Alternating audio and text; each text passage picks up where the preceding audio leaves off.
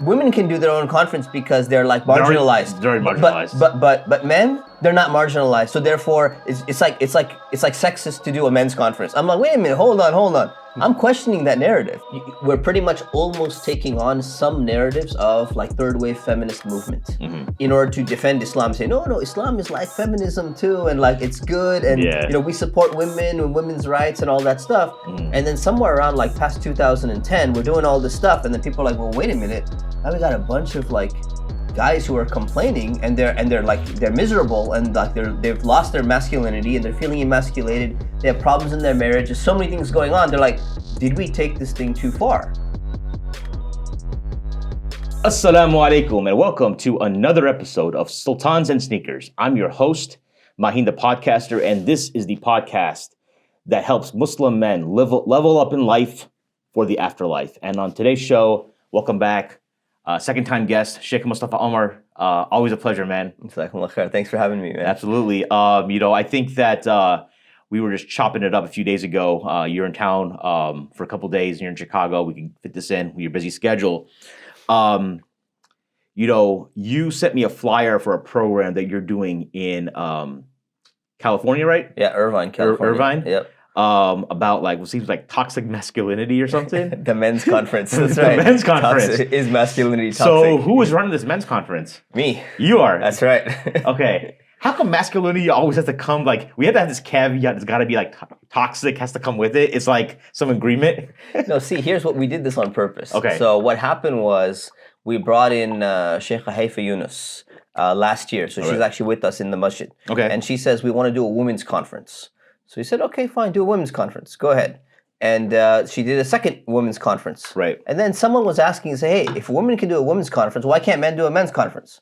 I'm like, yeah, why can't they? And they're like, no, it would never work. Like, you wouldn't be able to do a men's conference. Like women are not allowed. No, women can have a women's conference. Yeah. But there's either no need for a men's conference, or if you did, it would just look really bad. It would be like, women can do their own conference because they're like marginalized. They're already marginalized. But men, they're not marginalized. So therefore, it's like sexist to do a men's conference. I'm like, wait a minute, hold on. I'm questioning that narrative. I don't agree with that. And that's where we came up with the idea of, you know what, we got to do a men's conference too. So let's do a men's conference as well. Yeah. By the way, is your phone going off? It was my watch. Oh, your watch. Yeah. Gotcha. Okay. I can mute it. Yeah, let's do that. Do that. What I was gonna say is, so like, are women allowed to attend the men's conference? Absolutely not. No. Absolutely not. Okay. The same way that men are not allowed to attend the women's conference. I got this question so much. You see, nobody ever asked, can men attend the women's conference? But all the women are like, can we attend the men's conference? I'm like, were we allowed to attend the women's conference? Where is this? Why are you thinking this way? So I assume there was obviously it sounds like there's some kind of pushback. There's definitely pushback. Yeah. And I knew there's going to be pushback, and that's why we should do the men's conference. Right. Because the question is, what's the basis of that pushback? They think that some men, or a significant number of men, don't feel marginalized on certain topics or certain issues, that they can't have their own men time. Like, why do women need a separate women's conference? Why can't men be at that conference? They'll give you a number of reasons. And I agree with those reasons, 100%. Sure. Right. The same reasons that apply to the women's conference apply to the men's conference. But people just don't see the need for it. Right? Right. So let's take a step back now. You and I are roughly the same age. I think we're within 12 months of each other, right? Yeah. As far as how old we are. Remember the good old days? The 2000s, going to undergrad, just Sufi Salafi beef. That was it. And then I miss those days. Right? When did this like masculinity, feminism, like, and it's the stuff we talk about in the Muslim community is like downstream of mainstream culture, right? When did you first realize this was like a topic for you? In the Muslim community? Yeah, like when did I guess you personally, when did you first start seeing like the need for talking about masculinity yourself? I think probably post 2010, something around that time. Okay. I grew up in our generation. Like, one of the things that I was focusing on was like talking about making dawah. Yeah. And one of the things when you make dawah, you got to defend like two topics. You got to talk about, Islam is not a violent religion, and this is what jihad really means. Right. And then Islam is not anti-women and against women, and this is why they wear hijab, and there's modesty in it, and you're basically like on the defensive on these two topics. Sure. So what happened was, I think around the 2000s, everyone's focusing on like, no, women have rights in Islam and women are treated beautifully in Islam, and in a marriage, women are like the princess and they don't have to work, and you got all this defense stuff like about women, trying to explain what Islam really teaches about women. Okay. Somewhere along the lines, people didn't realize that, hey, we're pretty much almost taking on some narratives of like third wave feminist movement in order to defend Islam, say no, Islam is like feminism too, and like it's good, and we support women and women's rights and all that stuff. And then somewhere around like past 2010, we're doing all this stuff, and then people are like, well, wait a minute, now we got a bunch of like guys who are complaining, and they're miserable, and like they've lost their masculinity and they're feeling emasculated. They have problems in their marriage. There's so many things going on. They're like, did we take this thing too far? And now the narrative begins to shift. Then we got Red Pill movement. Then we got Andrew Tate coming out. Then we got all these things happening. I think this is really what led us down the path we're in right now. Okay, and I think when we were also, I spoke to Sheikh Abdullah Oduro about, we were having the discussion, is like, a lot of us got married between the years of 2000 and 2010, right? And then, based on the data, a significant amount of us who were married in that time frame went through a divorce. And that also, and when you think about like what went into the divorce, because we were like, you remember attention like the old like Al-Maghrib Fiqh of Love class, or like love notes, and especially as a single guy, you're like, oh, this is gonna be great. And then you're buying it, you're being fed like this stuff like constantly. You don't even realize it. It's just part of the culture. As I told somebody once, it's hard to blame people, because you have a lot of brothers who are like, whatever, red pilled, green pilled, whatever. They're kind of like, and they're pretty hard line on stuff. And I'm like, come on, guys. Like, I get it. Like, I think you're right, but you have to have some empathy, because the world we live in, people, because they'll talk about certain shiyukh, these guys are blue pilled. I'm like, that's the default, dude. We live in that world. It's a world you grow up in. You have, and people don't like actually like even take it. If they have to go through something harsh, they go through a divorce maybe. Even then, it might not fix them. It's not a divorce if the person isn't ready. I've seen situations where they just come out like really on the wrong side too, right? Like you hear about guys who like get hosed on alimony to the point where they can't even like pay rent. They got to move in back with their parents. Absolutely. You know what I'm saying? Absolutely. So then they're just bitter and pissed off, and like, they're not in any position to have an actual coherent position. No, it's a trauma response. Yeah, you know what I'm saying? So I think when you look at those marriages, but the flip side of it is that because they bought that narrative hook, line, and sinker, because we talked about being emasculated, right? And I was talking to this brother in Australia. I chat with on Instagram on DMs, and he and I said like, well, you can only be emasculated if you allow yourself to be emasculated, right? Now, and on paper, that sounds, I think, fine, right? But is it really fair? Because if you're conditioned that way and that's what you're being fed, and you're like, oh, this is what women want, blah, blah, blah, blah, blah.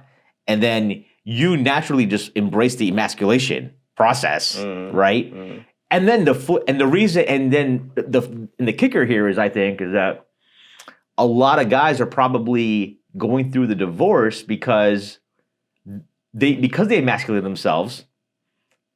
That's what's turned their wife off. Yeah, they both go into each other. Absolutely, right. It's a catch-22. Yeah, and so I think that's the problem. And something that these like red pill guys would always talk about. Like I was listening to like you're familiar with like Rollo Tomasi? No. Okay, the Rational Male. No. He's considered to be like one of the godfathers of like the red pill movement, right? He wrote a series of books about the nature of women and men. It's like you gotta read it carefully. Like, don't give it to some high school kid, because like the premise of the book is basically it's like the thesis is that you have to like get around, and this is how. But it's the nature of women. That's how you manipulate things, right?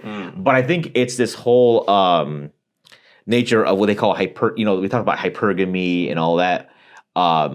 But women themselves, but I think the point what I was making is that you can't explain certain things like rationally to them.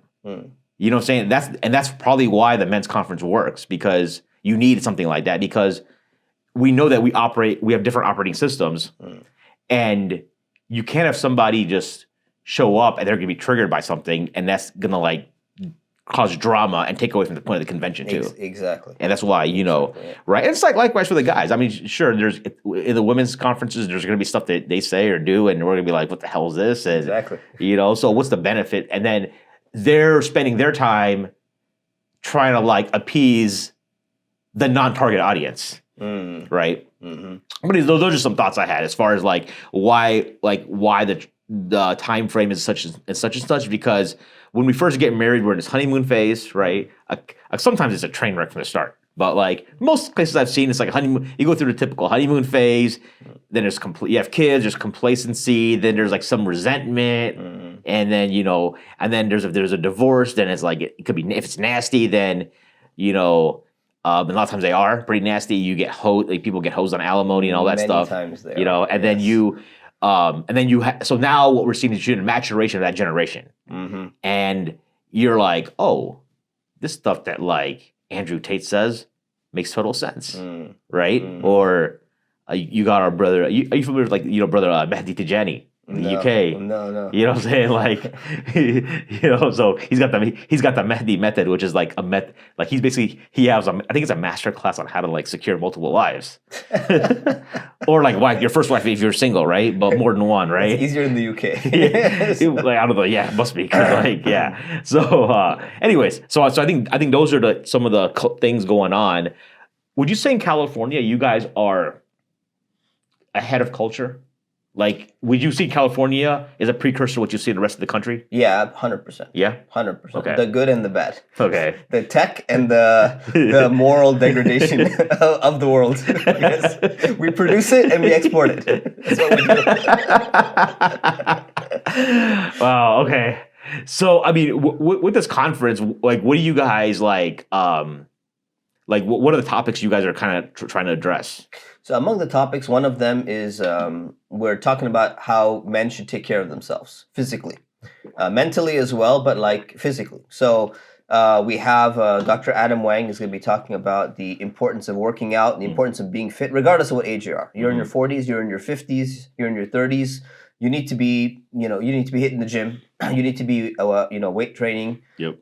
And that's not only for yourself, so that you feel like a little bit more masculine. You feel like, okay, if you're going to be the head of the household, like if you're the protector of the family, right, you need to be able to protect. Yeah. Right. If you're like a little scrawny guy, you're going to get beat up by anybody. Yep. Then you're not going to be protecting, right? And you're not even going to feel like you can protect, right? So that's one. 2, your physical health. 3, your wife's going to be way more attracted to you. So one of the biggest problems, one of the big issues in the community is lack of intimacy in marriages, right? It's a huge issue.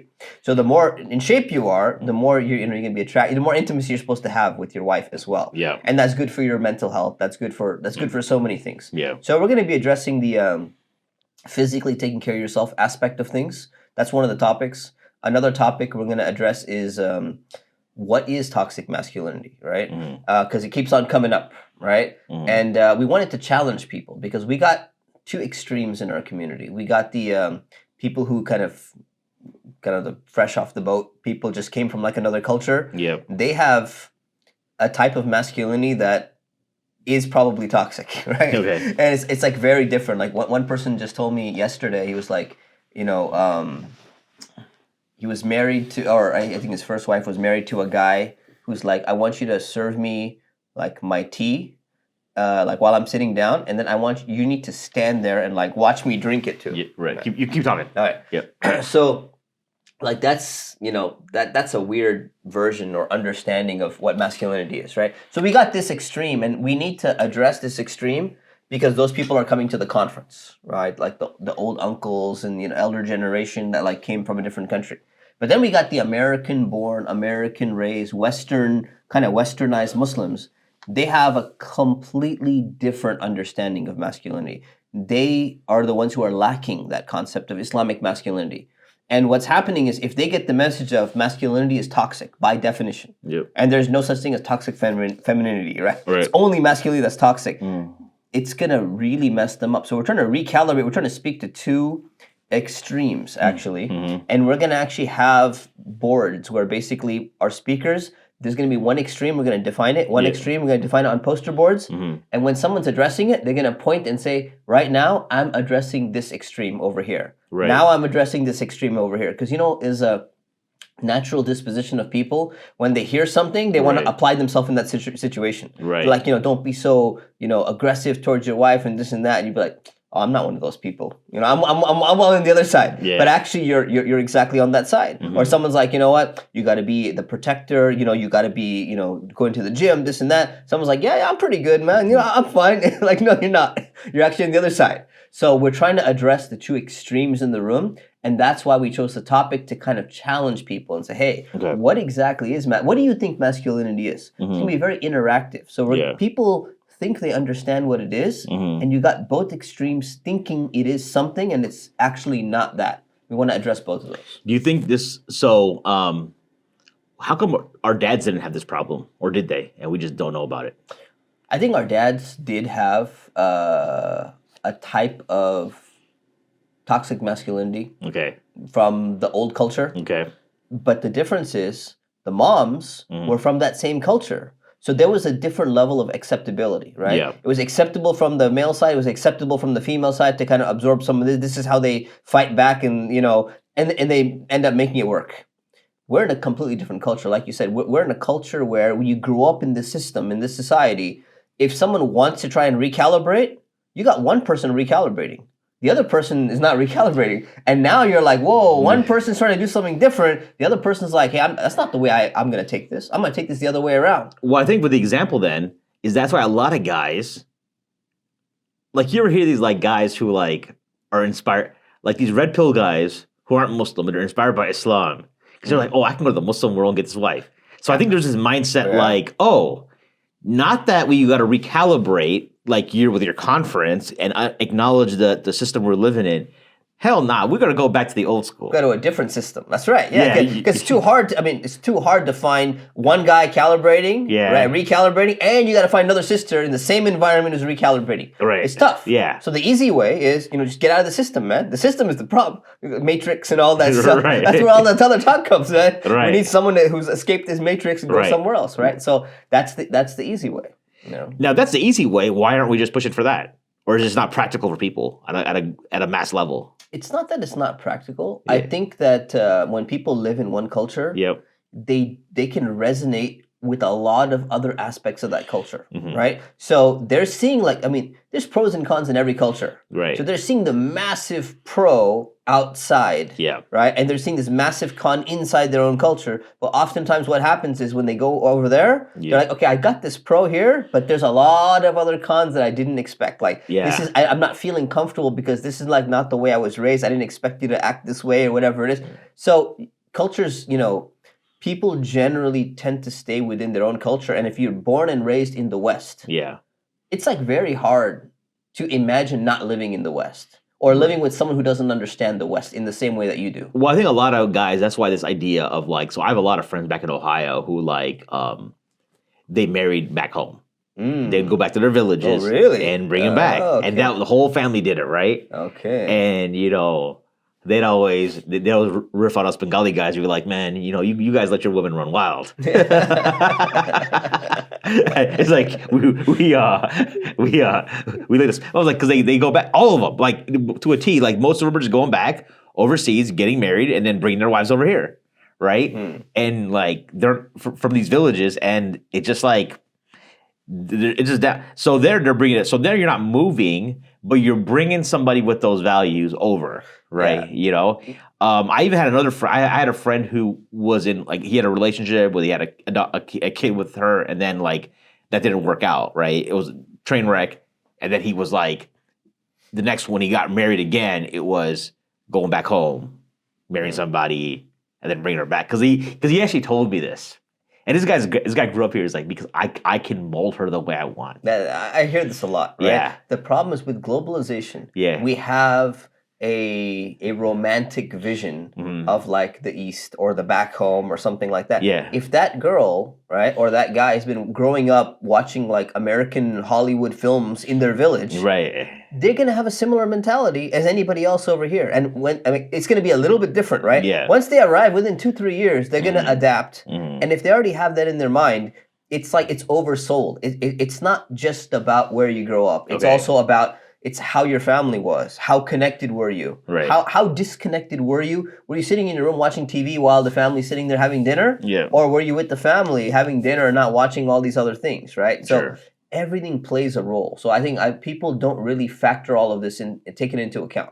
Right. So I think long story short is like that are trying to go back, get out of the system. Sounds nice, but too many blind spots that we're not accounting for. Absolutely. Right.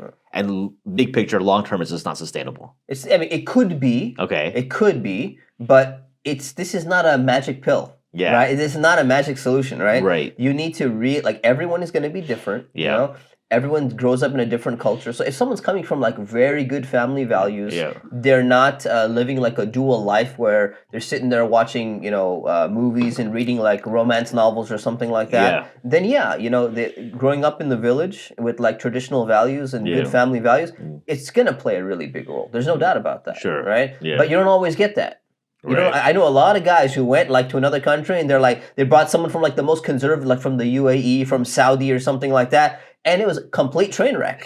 Complete train wreck. And they're like, wait a minute. She's like, I just heard this yesterday. One imam was just telling me, this happened to him, right? He brought in a girl from the UAE, niqabi, hafiza of Quran, memorized Quran, everything, right? And she comes over here to America and she's like, I'm not taking care of the kids. Like, we had servants over there, you get me a servant. He's like, I can't afford a servant, It's like, I'm not gonna get a servant. Are you gonna go shop? I'm not going shopping. Like, you go shopping. So like, it was like everything the guy thought he was gonna get is the exact opposite, right? So like sometimes we have this overly romanticized vision of what things are gonna be. Right. And they're not like that at all, right? So we just need to be a little bit wiser.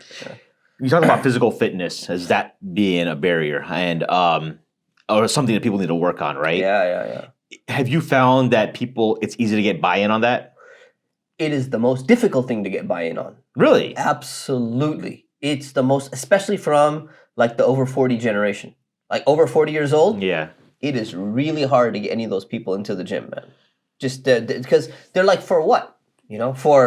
If they already have like a broken marriage, right? Their marriage is not very functional. They're like, for her, she doesn't take care of herself. Like, why should I take care of myself, right? And like, if I was going to get like a second wife or, if it was somebody else, I might want to do it. But like, I have no motivation to do it. And we're trying to convince people, look, your motivation is number one, to do it for your own health. Yeah. Number two, to do it for your own self-confidence. Yep. You're a protector. If you want to be a protector, you want to be like, you want to come home and be like, I'm the head of the household. الرجال قوامون على النساء بما فضل الله بعضهم على بعض. Like, we want to start quoting verses of the Quran that the man is the head of the household and all of that stuff. Well, you need to act like the head of the household, right? And part of that is going to be that you're in shape.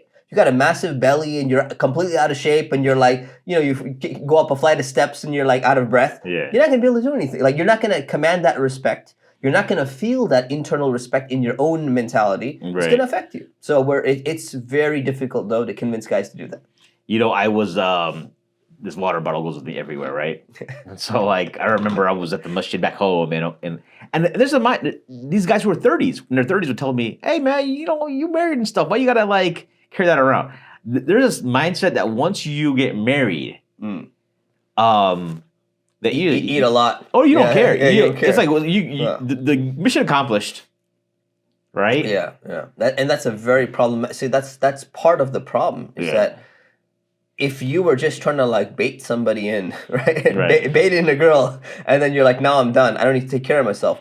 If we're looking from Islamic perspective, you're supposed to take care of yourself. Like before intimacy, like I'm doing a class on Al-Maghrib class on intimacy. You're teaching for Al-Maghrib now? Yeah, this is our upcoming class. Myself and Shaykh Umar Hussain. We're gonna I didn't know you did Al-Maghrib. It's going to be my first class. So we're doing a class on sex and sexuality. Okay. Right? So I'm preparing for this class right now. What's actually what's the name of the class? They would have like a catchy name. Yeah, I don't think they've branded it yet. Really? So it's something to do about like sex and sexuality as a whole, everything from like preparation to like what you do and like positions, all that stuff basically. We used to have I was on a road trip with these guys, with some good brothers, like Maghrib heads, like 2009, and we went down to Memphis, Tennessee for a wedding. This road trip, we were just like making up like random class names. It's like I'm like troll account, like, you know what I'm saying? They're masters at that. Yeah, They know yeah, how to do that. yeah. You know? But so you're going into you're talking about intimacy. You got taking care of yourself, right? For intimacy. Sure. Commanding that respect in the household. Like if you're like walking in a mall, right? Yeah. And you got like a perfect example. It's like, look, with what's going on in Palestine right now, right? If you all of a sudden you see like a guy with the yarmulke, right? And he's got an Israeli flag, sign on himself or something like that. And you're walking down and you got your wife and she's muhajjaba and you got your kids and this guy comes in and like starts like threatening you or something like that. Can you at least feel confident enough to be like, hey man, don't you dare mess with my family? Or you can like, you can put out like a Palestine flag or be like free Palestine or whatever you want. Right. Would you feel confident enough to be able to do that? If you don't, if you got this big, I can't call it a beer belly, but you got like a Coke belly or whatever it is, out of shape, you don't command any respect. Right. You're not even feeling yourself like you're the protector of the family. You'd be like the first one to run. Right. That affects yourself in a way where you're gonna feel like less entitled or less qualified to be the head of the household. And then what are you gonna do? You're gonna end up being the guy who quotes verses in hadith as like a weapon. I'm the head of the household. Well, you gotta act like the head of the household too. So being in shape is part of that, because people who work out, people who do martial arts, people who do jiu-jitsu, people who do like, any type, taekwondo, like kickboxing, whatever you do, if you could at least potentially try and fight off an attacker. I mean, you may not always win. Right. But at least you get that level of self-confidence in you. Right. And it affects the way in which you behave. It affects the way in which you behave towards your wife. It affects the way in which you walk. So having that is very, very important for a lot of men who are like internally, sometimes they can act like, oh yeah, I'm tough. Act like a tough guy, but inside they're like, I know I'm weak.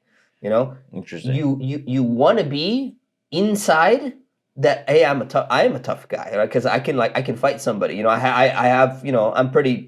I'm fit enough to be able to like take on an average guy around my size. Right. I can protect my family at least. But outside you want to be soft. You want to be calm. You want to be the opposite, right? And I think that is actually very healthy. The unhealthy thing is what a lot of guys do. They pretend like they're all tough and this and that, and deep down inside they know they can't do jack. Like in the house. In the house, even outside, sometimes they pretend or whatever it is. But if they saw like a real threat or something, they'd be the first one to like. They're like, I'd run first. Man. I'd be like, hey, wife, save yourself, man. I'm out of here. And like that's not manly at all, right? Right. Yeah. Right. Why does it? I don't know if you flesh this out fully, but this idea of toxic, like, how come when feminism is talked about, and we talk about, okay, we can talk about toxic. How come we don't equally talk about toxic feminism? And is it because that, back to what you said in the beginning, that women feel like they're marginalized and therefore they're just trying to get up to equilibrium with us? So is that what? I mean, I wouldn't say it that way. Yeah. That's part of it. Okay. Right? It's because feminism is the dominant narrative. Okay. Without people realizing it, okay. Right? And then you have the other people who will sympathize with feminist ideas without identifying as feminists. And the reason why they're sympathizing is because they've bought into the narrative that women have always been oppressed. Right. And they need to somehow catch up, and there's a glass ceiling for them, and we're dominated by a patriarchal system. And that whole thing has basically been, put as the normal cultural understanding that people grow up in the West. Yep. So that's why they're going to garner sympathy for that. And then you see a few cases of like, women is being, abused, or a woman is not able to, get a higher position somewhere. And you're like, see, the narrative that we heard was absolutely correct. So it kind of pits men against women, or women against men. Actually, we're trying to constantly fight against this patriarchal system that supposedly exists. And that's the dominant culture. So it's the dominant culture that people grow up in. And it's almost like an invisible, accepted narrative that most people have bought into, many men and most women. So that's what we talked about earlier, the gynocentric world order. Yes. More or less. Okay. Yeah. So you spoke within the demographic that you guys are seeing, are you seeing any like ethnic groups struggling more than others? Or is it across the board? It's not so much ethnic groups. It's It's American born. It's Western born and raised groups. Okay. Struggling the most. I guess some ethnic groups, if they're a little bit more cultural, Yeah. it helps them. Okay. It helps them a lot because they kind of they don't take Western values as their foundation. They have like a hybrid mix of like Desi values or Arab values or whatever it is mixed in with this. So it's a little bit easier for them. So if you have somebody from, like a white American, or, someone who's basically not in tune with their culture, it is a lot tougher for them because that's the culture that they know. They don't have a secondary culture to kind of go back on and say, well, according to Bollywood, movies, or according to Egyptian cinema movies, according to like Turkish Ertugrul series movies, we can like take this type of masculinity as well. They don't have that. There's this. You talk about like feminism is the dominant narrative, the gynocentric world order, and I think if we just pay attention, I think you can find examples of what is prevalent, right? Like it's very common. You could talk to somebody at work. You could be a senior manager, director, whoever. And you just get to talk to them like, yeah, I don't want me to doghouse with the wife. I'll be sleeping on the couch tonight. That kind of thing. All the time, man. Yeah. Hear all the time. And I get annoyed every single time I hear that. I feel sad, man. I feel sad because it's played off as a joke. Yeah, but I think and then if you think about that, it's almost like within the Islamic scope of things, it's almost like leaving the bed is something the husband does as a form of dissatisfaction, right? Mm-hmm. Not like the other way around. Not the other way around. Not the other way around. You know what I'm saying? Yep. And I think it's across the board. It's like, some women are like they get married and the husband like sometimes it's like, what do you think about a situation where you have a main bedroom and a guest bedroom, and they get married. The husband he just snores a lot, right? And she's like, I can't get no sleep. Like, and some guys will be like, I'll happily leave because I don't have to worry about the kids either. You know what I'm saying? What do you think? But like, is that a trap you've seen people fall into, where they agree to just like, oh yeah, I'll go sleep there. That's fine. If you don't have to like, I'll just show up for my conjugal needs and go back.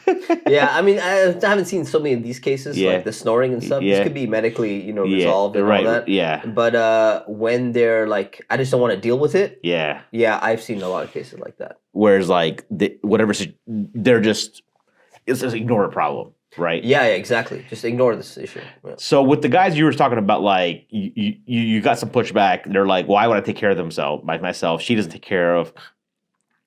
Is that a big problem where guys are seeing their women like are just letting themselves go too? Huge problem. Huge problem. You see it all the time. They're like, you know what? On Eid day, you're gonna like deck yourself out with all the makeup and everything for everybody else. Yeah. But like you never do any of that like at home.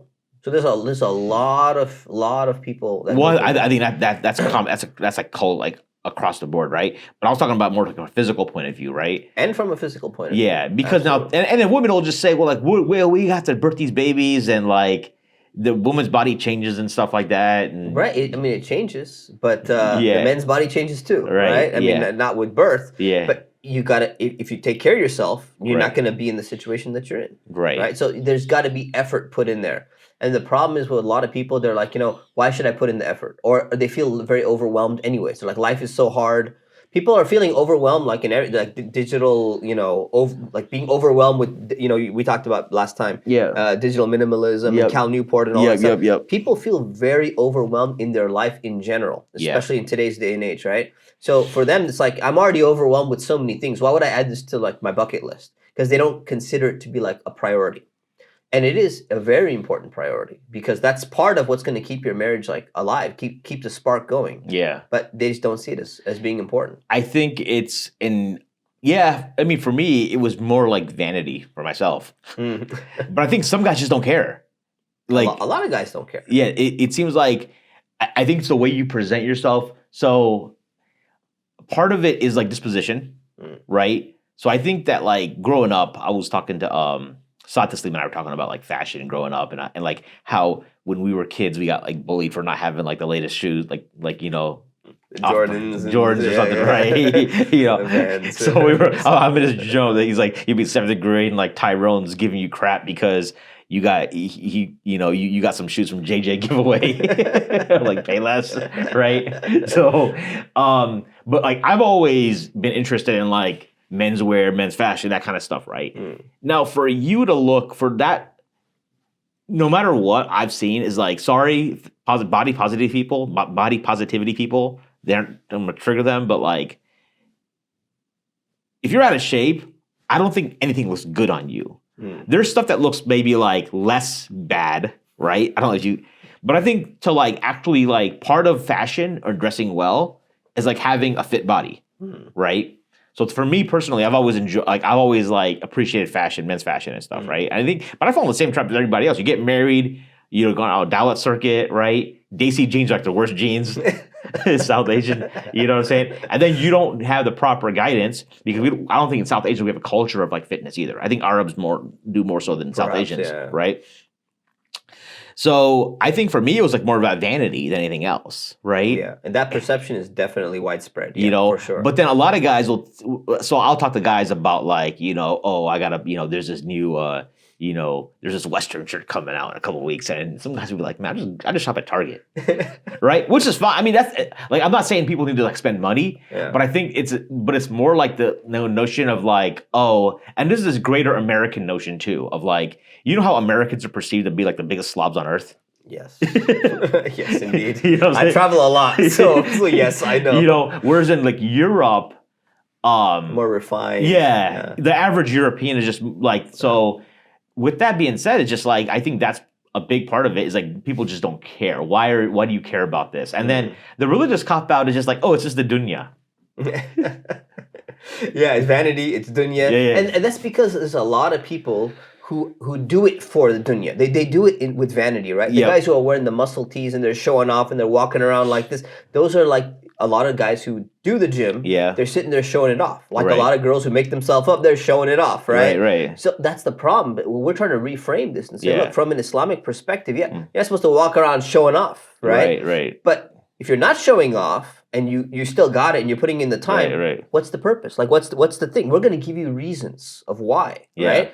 Number one, you're going to feel confident about yourself. Number two, you're a protector. Your role is a protector, right? Yeah, right. The reason why you were a protector is because your body was physically different than your wife's body. Right. You have a job to protect your family, right? And you can't do that if you're more if your body's now like worse than your wife's body. Right. You're not going to be able to do that, right? So you got to do that, and then on top of that, like you need to feel that self-confidence. There's a really big problem with lack of self-confidence in men, especially Muslim men today, and they need like real, genuine not the false self-confidence, right? And they need that. That's very, very important, to get out of whatever depression or anxiety or being overwhelmed with work or feeling like you're not up to it. It's a sense of accomplishment, and men, they're triggered or they run off of their fuel. Accomplishment is fuel for them, right?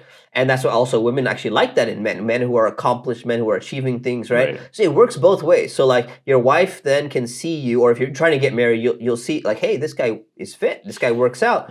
This person has a sense of accomplishment, right? And when you feel you have a sense of accomplishment too, you're like, hey, I'm doing okay in life. I'm not doing that bad. And you feel good about yourself. Right. More positivity, more confidence. And more confidence actually results in better results even within your family. So where does financial competence come in as well as far as being a masculine man? Okay, so that's also a very important. That's one of our topics as well for the conference. Yeah, so it's extremely important that most women are looking at the guy to be able to handle finances, financial competence, to invest, like take care of the investments. Even though I believe women should learn to like invest their own money if they're not if they're dividing their assets and stuff like that. Right. But the men are generally going to be looked at, well, I don't really know much about finance. Tell me, like, what are the potential investments out there and all that stuff? Do you pay your credit card bills on time? Are you racking up riba, because you're late or whatever it is? All of this plays a role. It plays a very important role. And you're seeing that as a problem. Huge problem. Like credit card debt, really. Oh, yeah, man. Huge I had a relative recently tell me that, like, they had credit card debt, and I blew a gasket. I'm like, how the hell is that possible? You'd be surprised. You'd be surprised. Like, what are you spending? Like, what do you like? have that you need to have credit card debt for. And I'm talking about religious people as well. Really? I'm talking about people who pray in the masjid. Do they have a fatwa for it? Or just like they're just sloppy? They're sloppy. They're not fatwa for it. They're sloppy. Okay. That's really what it is. And they're like, I'm feeling bad about it. I'm like, well, I don't think you're feeling bad enough. It's not bad enough to actually get out of it. You know? Right. You gotta, once you get to a point, you feel bad enough, you're like, I gotta do something about this. So yeah, they're splurging on all sorts of weird stuff. And I'm like, you can't afford it. What are you doing? And then people can't pay their payments on time. Because their life is, you open their email box, they got 10,000 emails. You open their text messages, right? They got like 1,000, 5,000 text messages. Mm-hmm. And I'm like, how do you even like when I see something like this, like after reading like Cal Newport and stuff like that, I'm just like, I'm sitting there like, how do you like function? How do you even check your messages? They're like, oh, it's really hard. I'm like, that's why you never respond to me. Because like, I'm like one of 10,000 messages that you didn't look at. So so it sounds to me like a lot of like the big picture is like just disorganization. That's a really big part of it. Okay. Disorganization, feeling completely overwhelmed, and then the person throws in the towel, and they're just like, "There's no way this could ever be cleaned up." Like, How do we? So like, I'm always curious, like, how do people get there? Like, I'm always interested in like best practice. How do people who have best practices in life get to where they're at? I'm like, how do people get so damn disorganized? Like, where does it start, right? Because you think about these are all probably, I think, college educated folks who have like corporate careers. That's right. Right? Yep. Okay. Yep. And they're probably, and this demographic, you're saying your 30s and 40s guys? Do you have anyone younger, like in their 20s? It's probably on board with the conference too. Yeah, for sure. So we're allowing 12 and up, by the way. 12 and up, okay. 12 and up. The reason is because they're like, isn't 12 a little bit young? We're like, no. We want these people to learn what masculinity is now. Right. When they're thinking about getting married, they're thinking about starting a family, they need to start now. There's something that like, people crap on Andrew Tate all the time, right? But there's this one thing I give an example of is like, because people are like, well, the benefit you get from him is like you get from anywhere else. I'm like, okay, sure. But sometimes he'll give an example that really resonates. So talking about organization. And he said that because he comes off to be, at least the way he talks, a very organized guy. Now, He talked about He's chess master, man. You got to be pretty organized. I think it was on one of the interviews. I think maybe one of the Patrick Bet-David interviews that he talked about how like if there's a certain place he puts his keys in the house, and if he forgets or he does like can't find his keys, there's a punishment he puts in place for it. Nice. Self-punishment, right? Nice. I like it. And it really resonated because like how often you're like looking for stuff, looking for your wallet, your keys, not in the same spot. Yep. I think organization comes back to like, the way we're raised, and maybe as guys too. It's like mom did everything for us. Mom did our laundry, folded for us, right? We go to college, everything's done, and you start working. I don't know that we're ever taught this. No, you know what I'm saying? We're not. Yeah. We're never taught it, and we're never encouraged. Even if we learn, you're not encouraged to do it. You're encouraged to be lazy. You're encouraged to just like take the shortcut for everything, right. As long as it gets done, right? It doesn't make a difference. Well, what's the joke that all the wives talk about is like every husband like uses like the ironing board as like a clothes hanger. It just throw it on top or like the back of a chair. That's it. It's like just. and I lived through that. Like I was in the dorms. My roommates. Yeah. Oh my! They were like the worst, like messiest people like on the planet Earth. Right. And I'm just like, how do people live like this? Like it kind of bothered me, but I never saw it such an extreme. Yeah. And later on, I'm like, yeah, I'm also like naturally lazy. I kind of grew up the same way. I'm like, I don't want to live like this, man. Like, this is not healthy for me. And you got to push yourself out of your comfort zone to be like, I don't want to do this anymore. I want to become organized. I want to do something that's good for me. And I know this is not good for me. Right. And then it's a tipping point. We just recently had our floors done in our house, our second floor, right? And it's like if you ever get your floors done, you got to like move a lot of stuff out, like just rearrange so the flooring people can come in. And you're finding all this junk, and I'm like looking at something. I'm like, there's this like eraser from some career fair that I had like 15 years ago. I was like, yeah, but I might need this. I think we have this habit of like, oh, I might need this. That's the problem. And you have this clutter. So much clutter, man. And I think that's Americans are known to have like the most clutter like in the world. In the world. There's actually a book. It's called I think it's called The Swedish Art of Death Cleaning. Okay. Right? And I go to this, I'm like, what the heck is death cleaning? Yeah. Turns out that what's happening in these Scandinavian countries is that people are dying and when they die, their children have to come and like clean out all their garbage and their clutter that they had picked up. Right. And now they're like, we feel so sorry that like our kids gonna have to deal with all this crap. Right? Yeah. So we basically, when you get a little bit older, you start cleaning, not for yourself, so that someone else doesn't have to deal with your mess.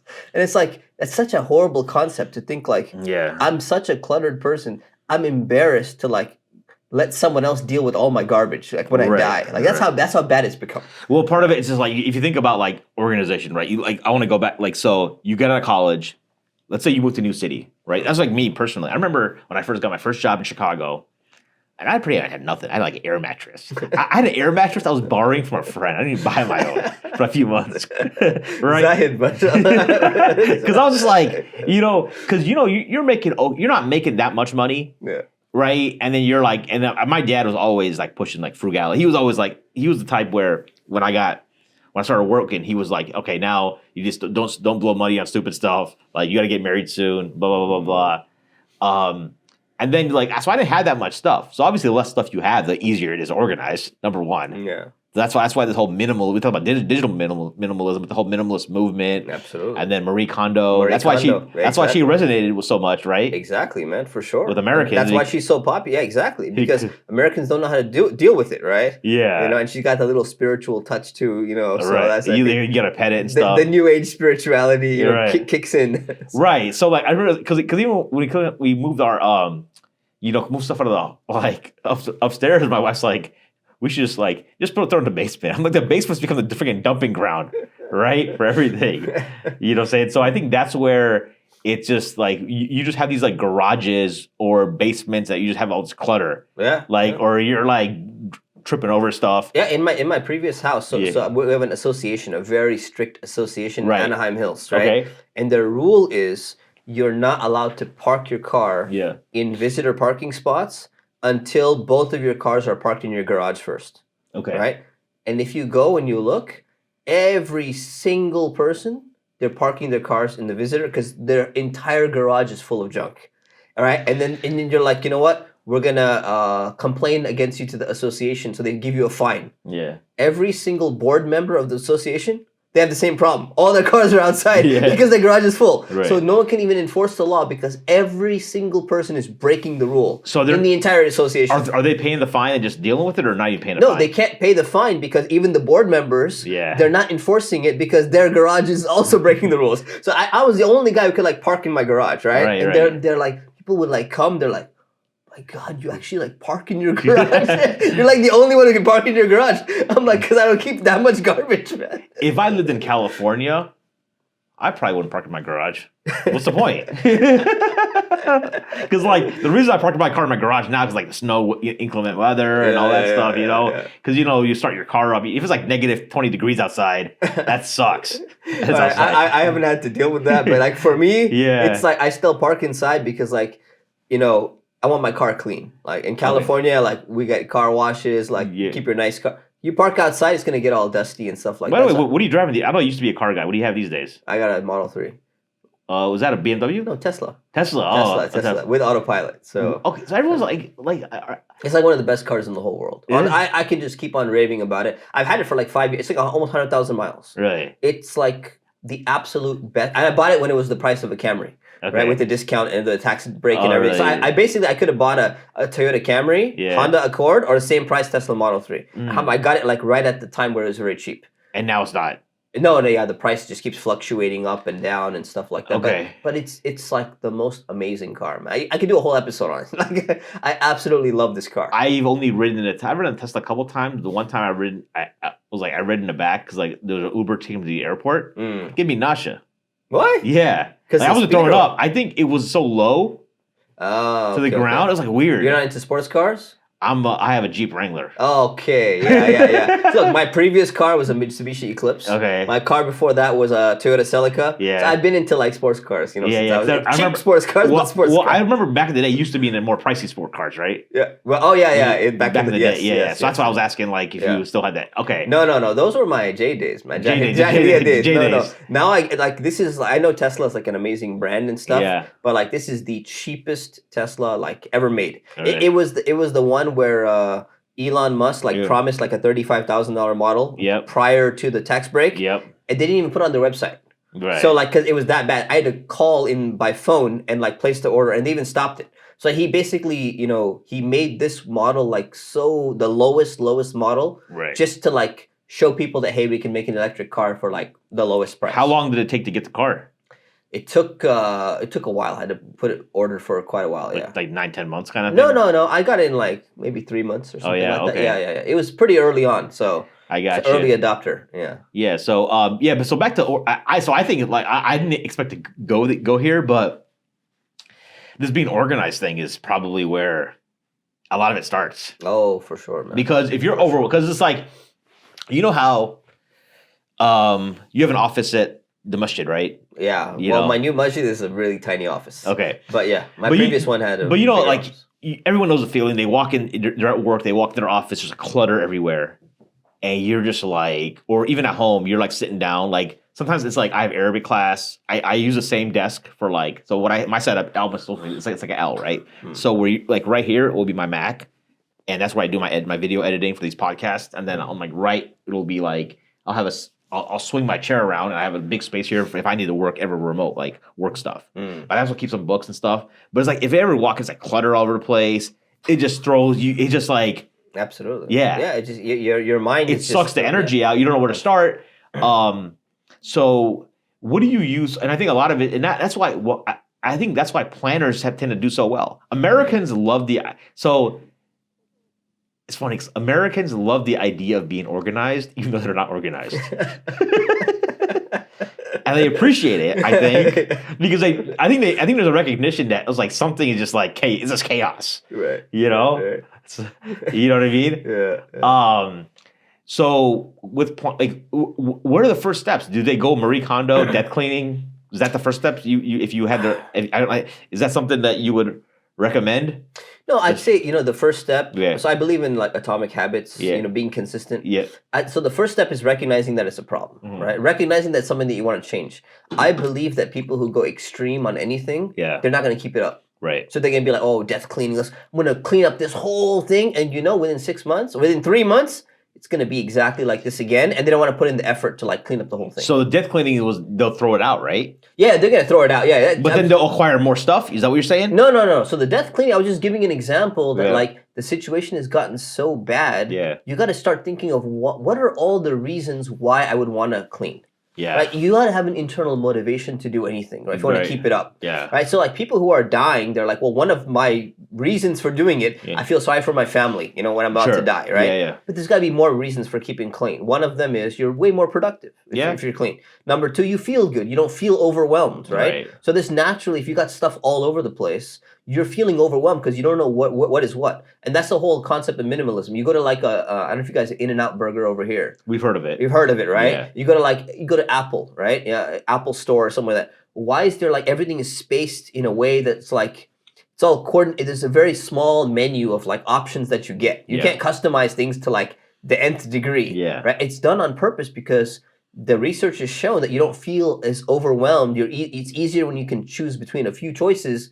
Otherwise, you get into this, I got 100 choices in front of me. I don't know what to do. I got to think about it too much. Yeah. So when you start seeing the benefits of being organized, that's the first thing is understanding there are benefits. Yeah. And you need to make a change. What I recommend to people, everything you do, start slowly and build up and be consistent. So I did this with myself, it's been about a year now. Yeah. I put to myself, I was already organized, but I'm going to take it to the next level, right? Yeah. The next level is literally, I have in my calendar, every single day, I clean out 5 things. Okay. Right? It's either going to be 5 actual things if I can find them in my house, Yeah. or it's going to be 5 digital files. I'm either going to rename the file, or I'm going to delete those files, or I'm going to merge those files on my computer. So everything is completely organized. And the reason why I did this is 2. Number 1 is that every single time, if you do it consistently, you're going to see it's a little bit of work, Yeah. but you're going to see the results over a period of time. Right. Number 2, you get a dopamine hit every single time you start doing a little bit of something that you're I know this is good. Yeah. I did it. I'm feeling good about it. This is my happiness for the day. I cleaned out 5 things today. Right. There's 5 things I didn't need. I had this, I basically, if there's something that I haven't used in a year, and I think I'm you know what? I'm doing the whole Americano thing. I'm like, how much do I care for this thing, right? Yeah.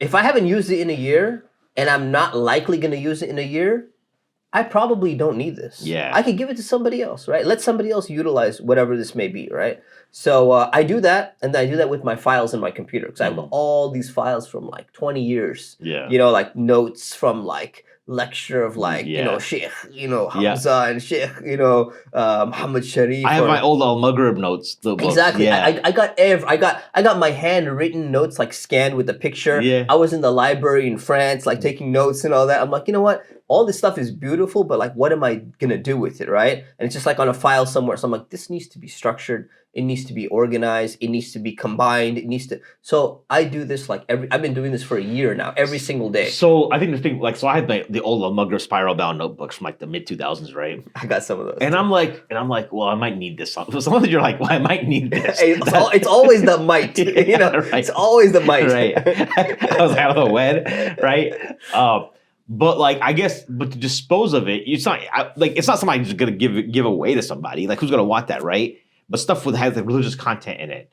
What's the most effective way of disposing of that stuff respectfully? Shredder. Just take it. I've disposed of so many books. I tried to go to shiuch, and I'm like, oh, but you don't go to you. It's not your personal shredder. You have to go to like almost like the store. You go to one of the stores, yeah. The store. You go to one of the stores, go like Staples, and be like, you drop it off, yeah, by the pound, and just be like, listen, shred this entire thing, and that's it, Or you could put it in a recycle bin, where when they're gonna recycle it, they're not throwing a bunch of trash in there. Right. So because it's like, you're putting only cardboard and stuff like that. No food is going in there. Right. That's like respectful enough on some of those things. Right. You can put it in there as well. Sure. Okay. Because I think that's a good start, because I think what about this notion that we had, like my wife and I are both we were guilty of, we're like, man, you paid money for this. Like, man, we should probably put this up on Facebook Marketplace or garage sale. And I told her, like, no, we are not doing a garage sale, because guess what? A garage sale is like the work to set it up. That's my mentality. That's exact. So I was like, you know what? I could sell this book for like maybe $5, maybe $10. You know what? And I'm thinking about it, and like I know I've listed stuff on OfferUp, and I put stuff on Craigslist and all that. And the way that I calculate it is, look, the time it's going to take me to post it, the time it's going to take me to like get offers and then meet the guy and all that stuff. If I was actually doing some other work, right, how much would I have gotten paid in the time that I spent all this? Yeah. If it's not worth the amount, if it's going to get $5 for like half an hour worth of work, I'm like, you know what? I can just give it away to someone for free, or I'm just going to get rid of it because it's not worth my time. I don't know if you guys are going to cover this in the conference, but like, and now that we're talking about the conference, I got to release this show pretty timely. I just said it like, but I think because we're recording this in late December 30th, right before New Year's. New Year's Eve is tomorrow. Yeah. Yeah. So what the hell was I just saying? The amount of okay, so yeah, I definitely it's logical. How much is your time worth, right? Okay.